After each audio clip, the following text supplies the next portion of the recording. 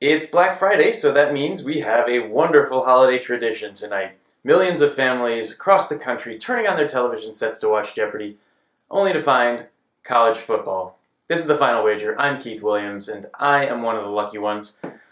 I did not get to see grown men hitting each other and giving each other permanent brain damage. Instead, I have David giving me a huge headache. 86.05, going for a $5 daily double wager, which he converted.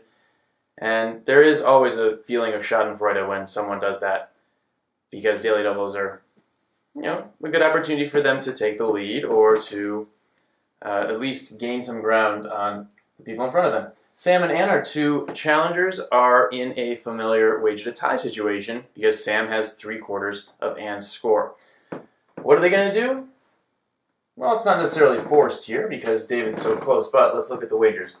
Sam doubles up. He's going to have 18,000, so for Ann to cover him, it's a wager of 6,000. And remember, we're going to do the dollars at the end. If she's wrong with that, she'll have 6,000 left.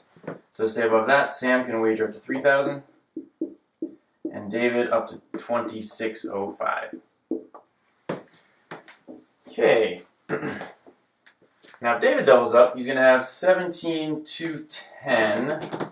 Which, for Sam to cover, you need to wager everything, because if he gets it wrong with that wager, he'll be out of contention against Ann. And Ann, I don't really see a reason for her to do this, but 52.10 would be her wager to lock out David, and not Sam. Okay, that's pretty straightforward for the first order calculations. Now look at the second order calculations, which are how, say, Ann would respond to this 3,000 wager. If Sam does go for that 3,000 wager, 12,000 as we could surmise. So that means Ann would be kind of justified in wagering 0 and either hoping that Sam goes for 29.99 or hoping that she can win the tiebreaker if he goes for 3,000 and ties her and David doesn't catch that. If for some reason David thinks that Sam is going to do this small amount, he could just go for everything.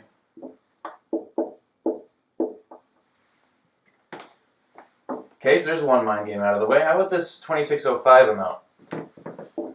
David does that and gets it right. He'll have 11,210. So to cover that, that's going to be a wager of 22.10. I don't know why that was so hard.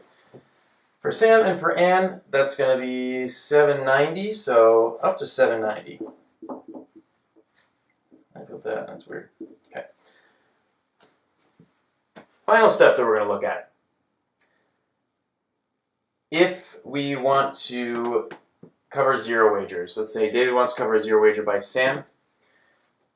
Their difference is 395, so to cover a 0 wager, that's 395, and to cover an unsafe wager, if Sam goes for as much as he can so as not to fall below David, that's going to be 790.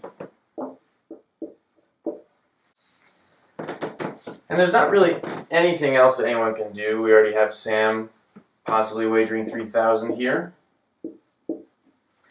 for the tie, and Ann doesn't really matter for her. David got it right, wagered 2,500, a good wager. Sam missed, wagered 7,000, leaving some potential cash on the table. Over to Ann, who got it right, so the wager was moot, but she wagered 19.99. Looking to keep herself above 10,000. I guess she thought that would be a popular target number, but if she wanted to go small, I would have capped my wager at 790. So she's going to get the pink there. And David, 2 nice wagers. Not repeating though, unfortunately. We got kids on Monday. I don't know if I'm going to do videos yet, but in any event, you can expect a new tutorial next week.